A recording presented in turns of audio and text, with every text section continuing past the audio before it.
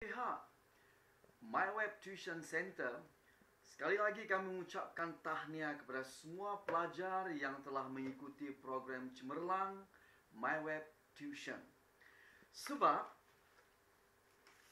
kalau kita lihat di dalam program cemerlang SPM Ogos 2011 untuk fasa yang pertama bagi subjek ekonomi, ya, kita telah memberikan soalan bagaimanakah sistem ekonomi campuran menyelesaikan masalah ekonomi, seperti apakah yang dikeluarkan, bagaimana dan untuk siapa dikeluarkan. Kita juga telah bertanya kepada pelajar barang awam dan barang pengguna, bezakan barang awam dengan barangan percuma. Di samping itu kita juga telah memberikan jadual tentang pendapatan boleh guna. Kita bertanya tentang pendapatan boleh guna seseorang individu. Cuma peruntukan markah adalah berbeza-beza. Dan kita telah meminta pelajar supaya memberikan 3 sebab kepentingan menyediakan belanjawan peribadi. Soalan yang sama telah keluar di dalam SPM 2011 bagi ekonomi asas kertas 2. Soalan pertama, awal-awal lagi dalam soalan pertama, bagaimana sistem ekonomi campuran menyelesaikan masalah asas ekonomi seperti yang ada di dalam program cemerlang MyWeb Tuition fasa yang pertama. Kemudian cuma rajahnya berbeza, juga bertanya tentang pendapatan boleh guna. Juga bertanya tentang belanjawan pribadi dan diminta memberikan 3 alasan. Itulah secara tepat telah keluar melalui analisa daripada program cemerlang kita dalam fasa yang pertama. Seterusnya untuk soalan yang kedua, apa yang kita tanya kepada pelajar adalah kita berikan mereka rajah yang menunjukkan perubahan kuantiti diminta dan perubahan permintaan suatu barangan. Soalan mengenai keanjalan harga permintaan, jenis-jenis keanjalan, kemudian perbandingan di antara kos tetap, kos berubah dan juga kos marginal. Soalan yang sama juga telah keluar di dalam SPM untuk soalan nomor 2. Bertanya tentang keanjalan harga permintaan dan jenisnya. Kemudian bertanya tentang 6 alasan tentang keanjalan itu. Juga beza di antara kos tetap dengan kos berubah. Betul-betul telah keluar seperti mana yang kita telah berikan kepada pelajar untuk program cemerlang fasa yang pertama.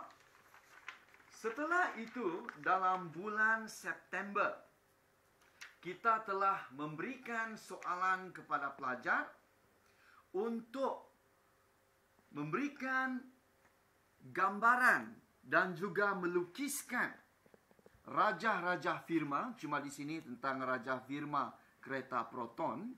Ya, di sini bagaimana kelok daripada firma membentuk kelok pasaran ataupun industri. Kita minta pelajar supaya menggunakan kertas graf dan lukiskan kelok penawaran pasaran. Selepas itu, berdasarkan kepada kelok penawaran ini, kita minta pelajar supaya huraikan bagaimana kelok itu dibentuk.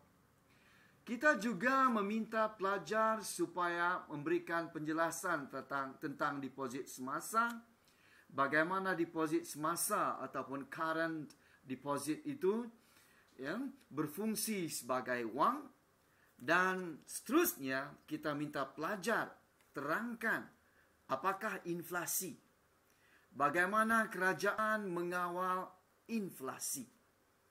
Soalan yang sama telah keluar di dalam SPM yang sebenar, yaitu nombor 3 ABCDE. Ya, soalan nombor 3 meminta pelajar melukis kelop penawaran. Kalau tadi tentang proton, di sini roti pula. Tetapi bentuknya sama. Kemudian pelajar diminta menjelaskan pembentukan kelop penawaran. Sama dengan program kita. Soalan C bertanya tentang deposit semasa. Dan juga bagaimana deposit semasa berfungsi sebagai wang. Sama dalam program yang telah kita berikan dalam fasa yang kedua. Kemudian, dalam soalan D juga, bagi SPM ini, bertanya tentang harga barangan meningkat berterusan, yaitu inflasi sebenarnya. Kemudian, bagaimana kerajaan mengawal inflasi dengan kadar faedah, dengan kadar rizab tunai?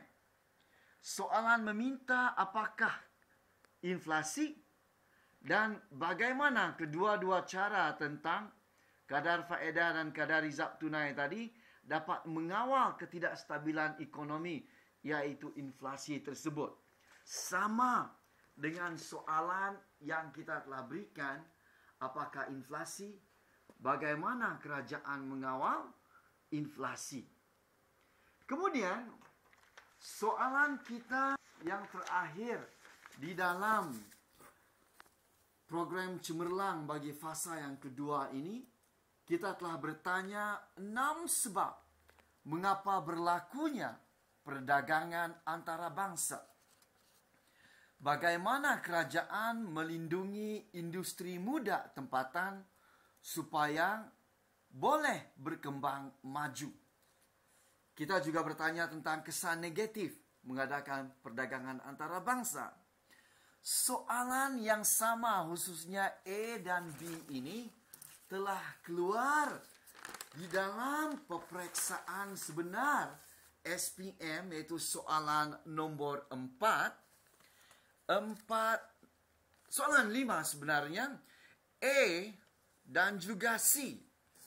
Soalan nombor 5 A, 4 sebab kewujudan perdagangan antara bangsa. Dan C, yang bagaimana kerajaan melindungi industri kereta tempatan, yaitu industri tempatan. Sebab itu saya katakan, sekali lagi tahniah kepada semua pelajar. Saya tahu bagi anda yang telah mengikuti program cemerlang My Web Tuition ini, sudah tentu keputusannya cemerlang. Dan tahniah sekali lagi kepada semua staf My Web Tuition kerana telah melakukan analisa yang tepat, target tepat, sehingga dapat membantu pelajar. Bertemu kita nanti dalam sesi yang lainnya untuk peningkatan mutu dan juga pencapaian akademik bersama. Terima kasih. Tahniah daripada My Web Tuition.